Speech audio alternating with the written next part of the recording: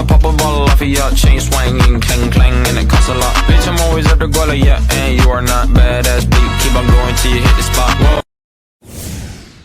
Kenalkan, saya Nur Atika. Di sini saya akan menjelaskan mengenai pengertian filsafat modern. Secara umum, filsafat diartikan sebagai ilmu pengetahuan yang menyelidiki hakikat segala sesuatu untuk memperoleh kebenaran. Filsafat mencari apa hakikat atau intisari dari segala sesuatu yang ada. Istilah modern berasal dari kata Latin moderna yang artinya sekarang, baru atau saat ini. Filsafat modern adalah pembagian dalam sejarah filsafat barat yang menjadi tanda berakhirnya era skolastisisme atau abad pertengahan. Filsafat modern ini pun dimulai sejak munculnya rasionalisme lewat pemikiran Descartes, seorang filsuf termuka di zaman modern. Aliran-aliran yang berkembang pesat pada masa itu antara lain aliran nasionalisme, empirisme, kritisme, dan eksistensialisme.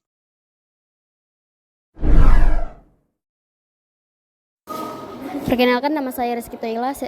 Di sini saya akan menjelaskan sejarah lahirnya filsafat modern, di mana filsafat modern dimulai dengan pemikiran para filsuf besar abad ke-17 Masehi. Zaman modern ini sebenarnya sudah terlintis mulai dari abad ke-15 Masehi.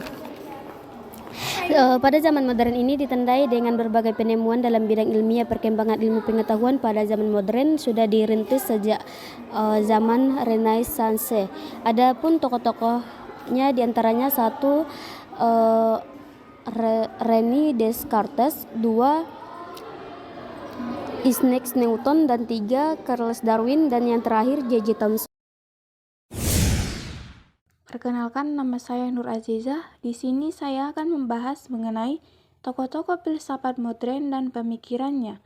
Yang pertama, rasionalisme. Rasionalisme adalah paham filsafat yang menyatakan bahwa akal merupakan alat terpenting untuk memperoleh pengetahuan.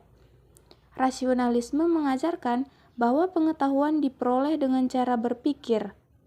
Alat dalam berpikir itu adalah kaidah-kaidah logis atau aturan logika.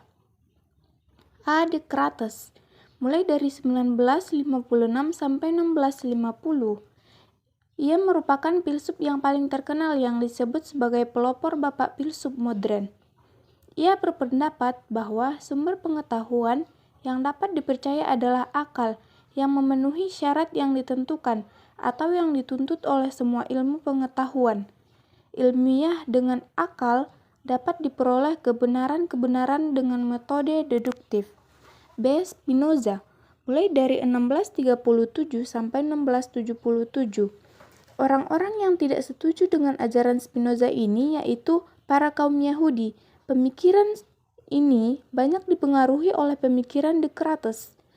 Para tokoh filsafat yang mempunyai pemikiran rasionalisme ini percaya atau berpendirian bahwa sumber pengetahuan manusia itu terletak pada akal. Tapi bukan dimaksud bahwa rasionalisme mengingkari pengalaman, tetapi pengalaman dianggap sebagai perangsang sebagai pemikiran. Yang dapat dipercaya adalah akal. Yang kedua, empirisme. Empirisme adalah suatu aliran filsafat yang menyatakan bahwa semua pengetahuan berasal dari pengalaman manusia. Empirisme menolak anggapan bahwa manusia telah membawa fitrah pengetahuan dalam dirinya ketika dilahirkan. A. Thomas Hobbes, mulai dari 1588 sampai 1679. Menurut dia, filsafat adalah suatu pengetahuan tentang akibat-akibat berupa fakta yang dapat diamati. Segala yang ditentukan oleh sebab tertentu yang mengikuti ilmu pasti dan ilmu alam, yang nyatanya adalah dapat diamati oleh indera manusia dan sama sekali tidak bergantung pada rasio manusia atau bergantung dengan rasionalisme. B. John Locke. Ia adalah seorang filsuf Inggris yang menjadi salah satu tokoh utama dari pendekatan empirisme. Selain itu, dalam bidang politik, John Locke juga dikenal sebagai filsuf negara liberal. Dalam penelitiannya, ia memakai istilah sensation dan relation. Sensation adalah suatu yang dapat berhubung dengan dunia luar, tetapi manusia tidak dapat mengerti dan meraihnya. Sedangkan relation adalah pengetahuan, pengenalan intuitif yang memberikan pengetahuan kepada manusia yang sifatnya lebih baik daripada sensation.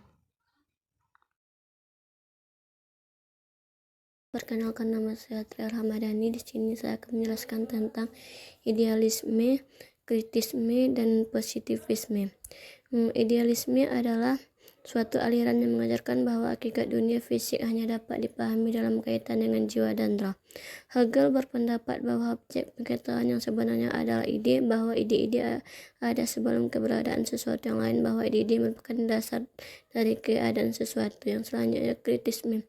Aliran ini muncul pada abad ke-18, suatu zaman baru di mana seorang ahli pemikir yang cerdas mencoba menyelesaikan pertentangan antara rasionalisme dengan empirisme. Yang selanjutnya, positivisme. Aliran positivisme ini pada awalnya tumbuh di Prancis kira-kira abad 19, kemudian berkembang di Inggris. Positivisme berasal dari positive, berarti yang faktual, yang positif. Cukup sekian dari saya akan kembalikan kepada moderator.